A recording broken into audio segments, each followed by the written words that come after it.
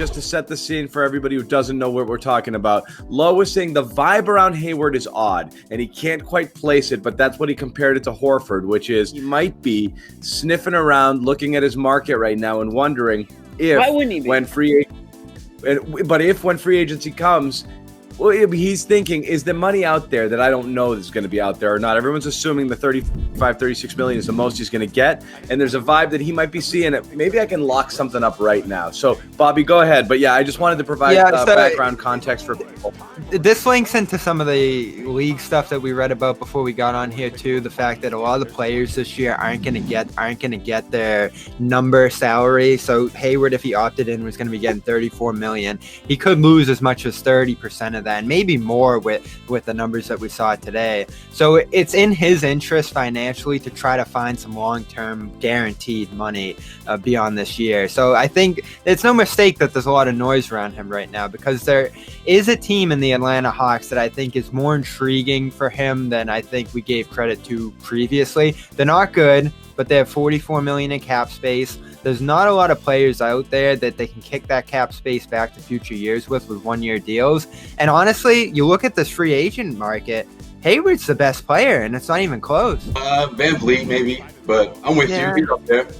Yeah, no question. That's a good point, Bobby. Yeah, I think if you're the Atlanta Hawks too, you want someone like Hayward, right? You want someone who could come in there, veteran experience, isn't going to be expected to be one of the top guys, mentor these young guys. Because Atlanta, team that everyone's crazy about, they're sort of one of the laughing stocks of the league. That's the New York Knicks.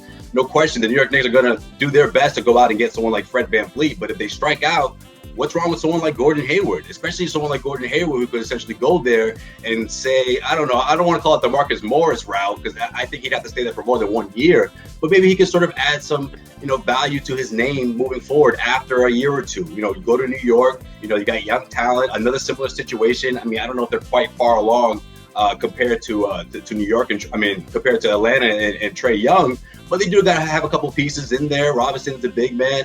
Obviously RJ Barrett is their future. So there's a couple of options. I mean, those are the only two teams realistically I think could step up to the table and offer Hayward a 3-year deal that's not going to break the bank. But here's my question: does it make sense for Gordon Hayward? Is it just about money for Gordon Hayward? Because if it was just about money, wouldn't he have just re-signed with the Utah Jazz? I mean, isn't there a little bit more to the fit?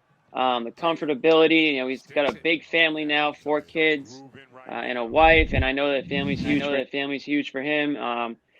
The Knicks are a tough organization to just jump in. I mean, talk about a team. Yeah, it's a lot of pressure. With a lot of pressure, screwy culture. Tough place to be, New York City during a pandemic. On top of it all. Yeah, that's a good point. So I'm not sure if that's a good fit. Now, if you're Gordon Hayward, you opt out knowing something, because Hayward's not a New York kind of guy, too, and you got. What about Robin though? Hey, you know the vibes. Come on, Robin Hayward. I don't see New York, dude. She's in Indiana.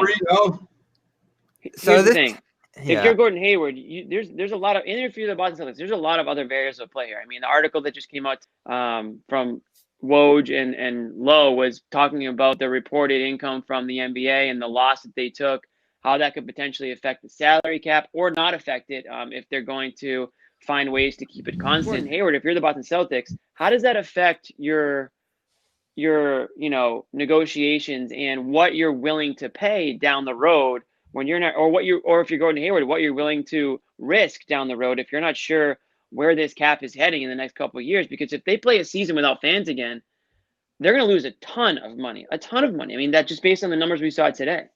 Yeah, well, I mean, we'll get to that in a minute, because that is going to impact some things. But I mean, wouldn't that theoretically mean that Hayward, there's not going to be money out there for him next year? To me, right. So for me, it's twofold.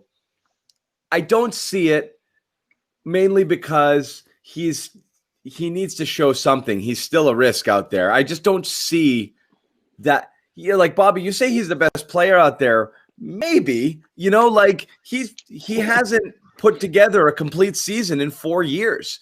That's a big deal.